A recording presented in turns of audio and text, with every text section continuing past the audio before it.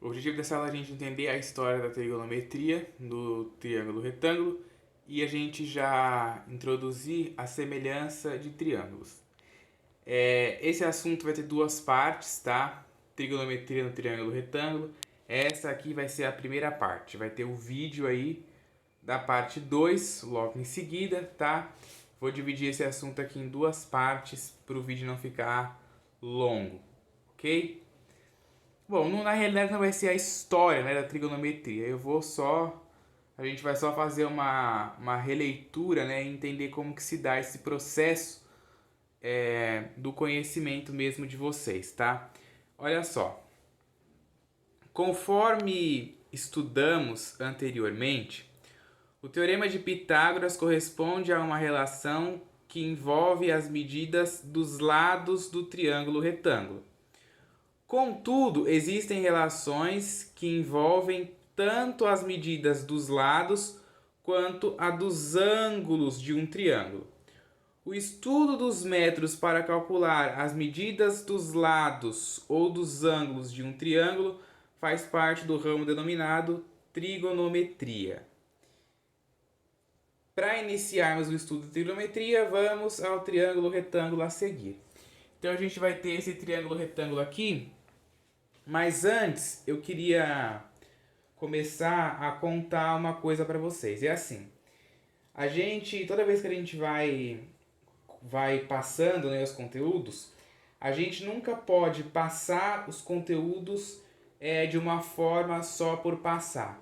Você tem que entender o processo do conteúdo, né? Você tem que entender o processo das coisas, como elas se dão. Quando a gente começou a playlist, a gente começou com o Teorema de Tales. O Teorema de Tales, ele é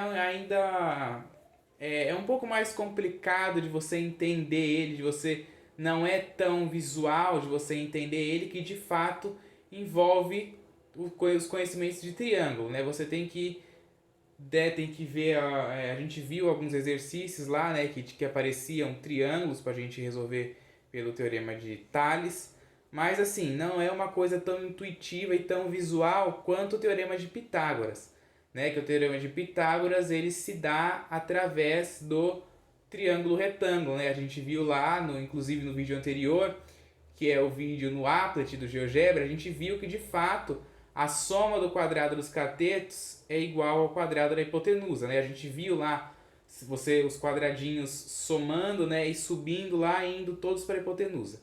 Então a gente conseguiu entender. Então, a diferença do que a gente estava vendo antes, que era do teorema de Pitágoras, né, para o que a gente vai ver agora, é que no teorema de Pitágoras a gente tinha também um triângulo retângulo igual esse aqui. Não é? A gente tinha também. Só que lá no teorema de Pitágoras eu não estava interessado no ângulo.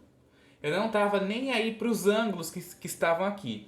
Eu consigo calcular a medida dos lados do triângulo tendo pelo menos dois valores. Ou eu tenho a hipotenusa e um cateto, ou eu tenho os dois catetos e quero saber a hipotenusa, ou eu tenho um outro cateto com a hipotenusa para saber o outro. E por aí vai, né? Essas três opções. Eu falei lá para vocês, né, nos vídeos do Teorema de Pitágoras, que a gente só consegue calcular os lados de um triângulo no Teorema de Pitágoras se você tiver pelo menos dois lados.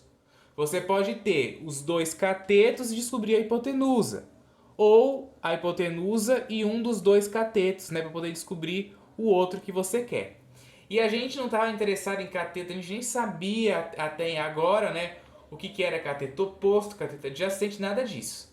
Agora a gente vai começar a entender o que é isso.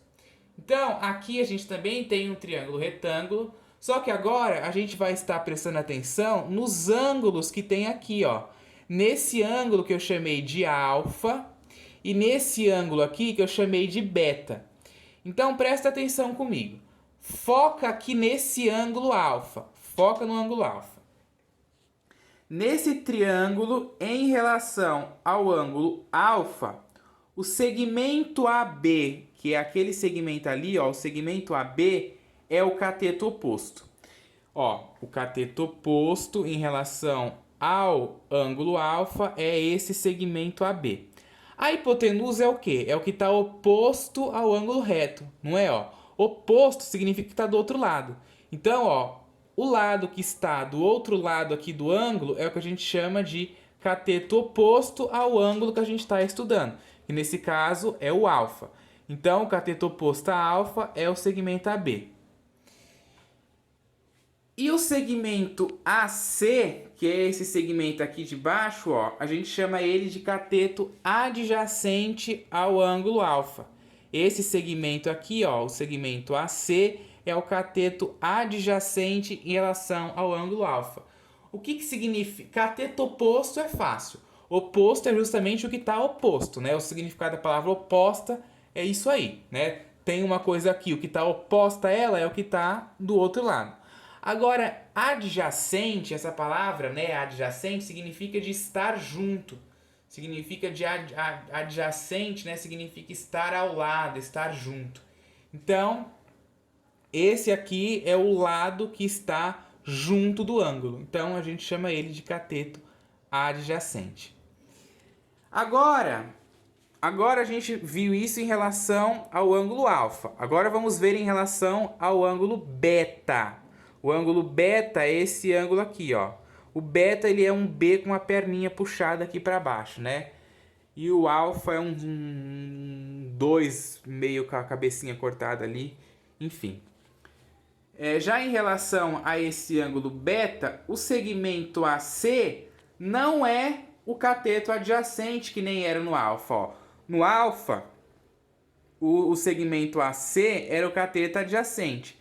Só que agora, em relação ao ângulo beta, ó, ele vai ser o cateto oposto, porque o beta está aqui, o que está oposto é o que está do outro lado. Então, o segmento AC aqui, em relação ao ângulo beta, ele é o cateto oposto.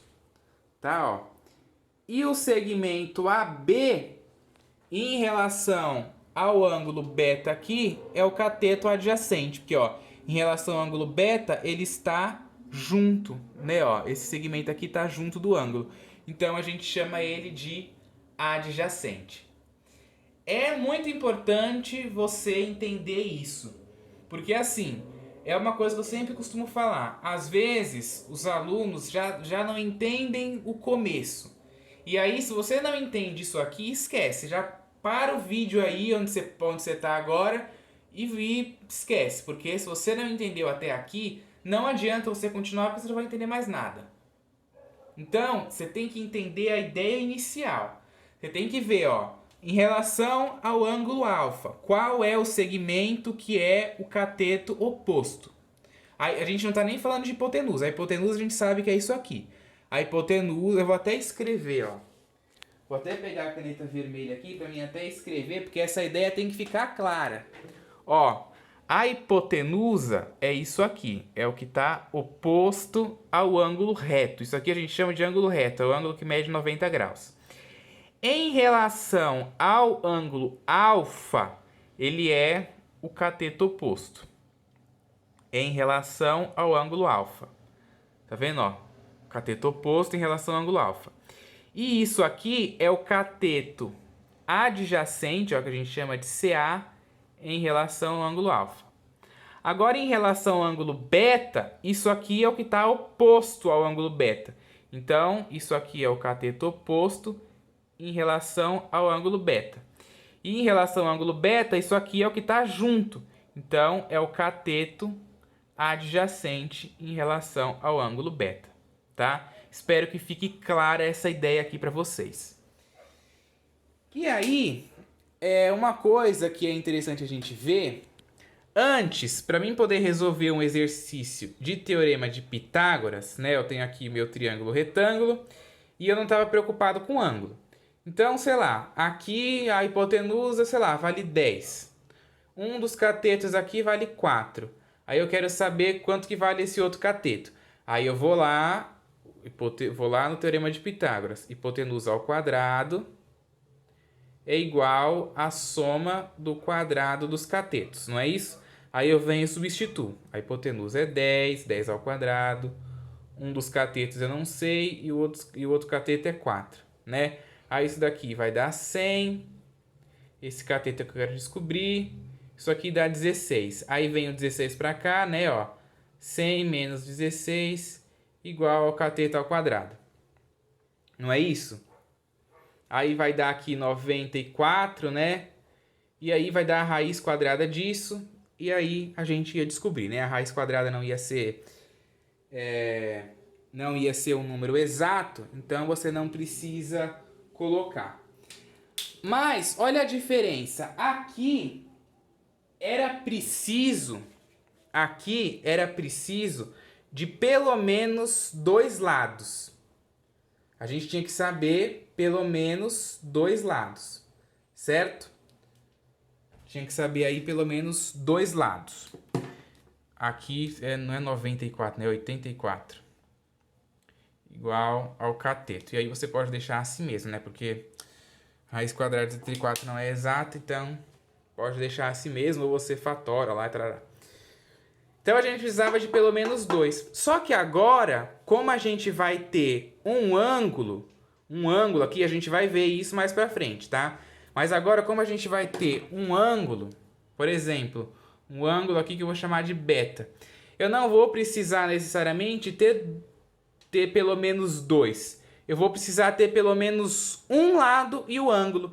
Então, ó, se eu quiser saber a medida deste cateto aqui, ó, em relação a esse ângulo, esse daqui vai ser o cateto oposto, esse daqui vai ser o cateto adjacente, e aqui, que está oposto ao ângulo reto, é sempre a hipotenusa, certo? E aí vai ter lá a relação de seno, cosseno e tangente, né?